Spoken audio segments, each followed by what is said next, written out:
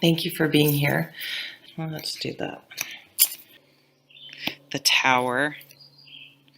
I like the Tower in relationships readings because it shows when there is a false relationship. So people not being honest or forthright. It shows a relationship that isn't built to last. And the sooner you learn that, the better, right? Because otherwise you get in 7, 10, 15 years and all of a sudden it comes crashing down. Wouldn't you have wanted to know that ahead of time, and instead of putting all this time and energy into something that wasn't going to last? Now it's a little bit tough because if you have someone that's dishonest, you know, that there's only so much you can do if someone's not being honest with you, and that does happen. But lots of times people get into relationships because they're at a certain age, especially women, right? We do that. And we try, and it's not like we're thinking, but this isn't going to work, but we may be settling or making excuses because the thought of starting over is really scary, and you think, oh, I'm mature, right? That not everything's going to be perfect. I need to compromise. But then sometimes it gets to the point where you've compromised to the point where you're the only one doing the compromising, and you're like, oh my gosh, this isn't going to work. So that happens. We're human. We can't foresee how everything's going to go. But I think you're really taking a look at all of that. You're taking a look at your past relationships, what you've looked for in a partner, what has worked, what hasn't, and really doing some soul searching and figuring out, like, I'm going to change how I communicate and navigate, present myself, how I am in relationships moving forward. One good way is to judge a relationship is this Two of Wands is energy. And if how much energy you're putting into the relationship versus the other person, if being with that person drains your energy or restores your energy, and not, of course, not every relationship is perfectly balanced all the time. But if the person is consistently draining your energy, or feel like you're working on it way harder and more than they are, that can be an indication of whether the relationship is sustainable or not. So I feel like that's in the past. We have the 4 and 5 of Cups, that you are sort of um, reflecting on, or maybe a little bit afraid of moving forward in new relationships because in the past you've put your heart and soul into it, and it hasn't worked out. The bottom of the deck is this 5 of Pentacles. You may have stayed in a relationship because of finances, because it's very difficult to live in this world with one income, and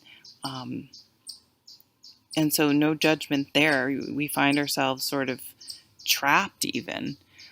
But I feel like, so with having been in a tower type relationship before, you're a little hesitant to put yourself out there. And something to really think about, to really look into, even research, study, listen to, get some self-help books, even go to a therapist and talk things out, and do your research about how sort of hanging on to past things and bringing past experiences and sort of putting that story into a new relationship or your dating life now, and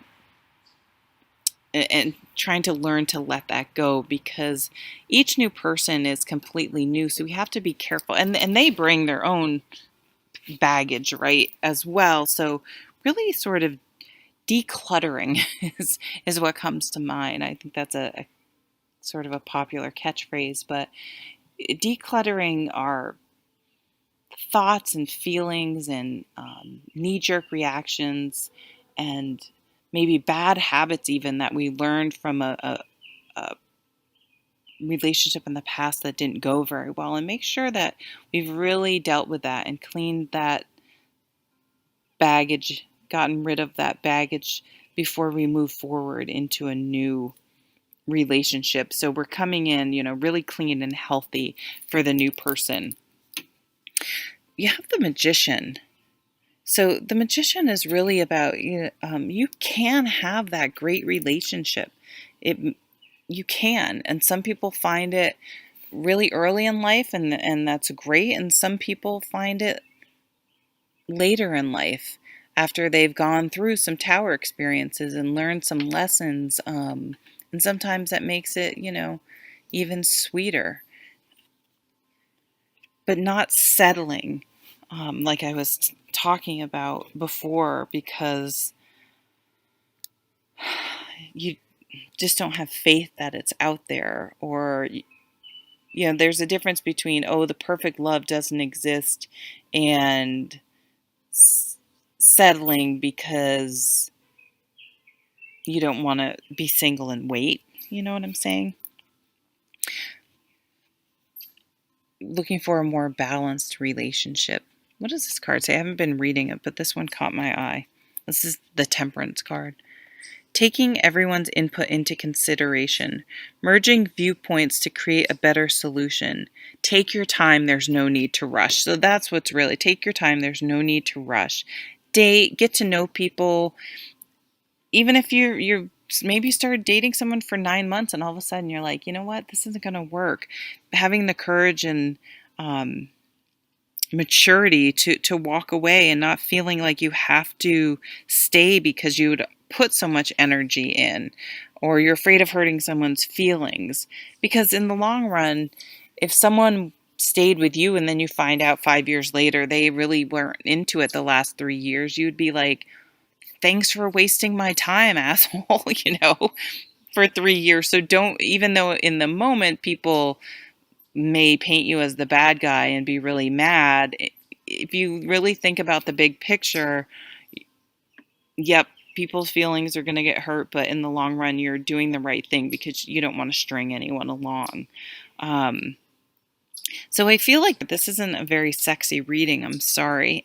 That is going to be about sort of healing and preparing and letting go of old experiences, and sort of letting go of the negative parts, and taking all the wisdom so you can move forward in new relationships with a really clear idea of what you want. This to me is a get online, do some online dating, meeting people via the internet. But this page is also meeting people through at school, joining a club, a meetup for something you like. I was thinking they have this like hiking and beer drinking group where like you go out for a hike and then like stop somewhere and try some local brews. Vermont has a lot of microbreweries.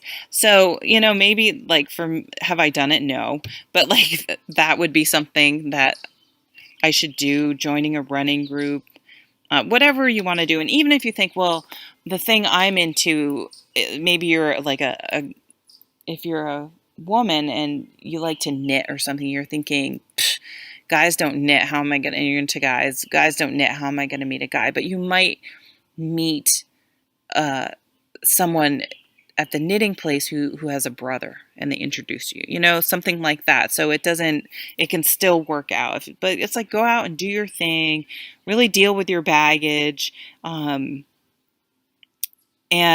date, and don't let this past tower experience keep you sheltered or keep you have so much power over you that you're afraid to open up again. Okay. So again, sorry, not the sexiest reading, but I think you're going to be in a really ready for opening up to something new and real and sustainable. Take care. Bye.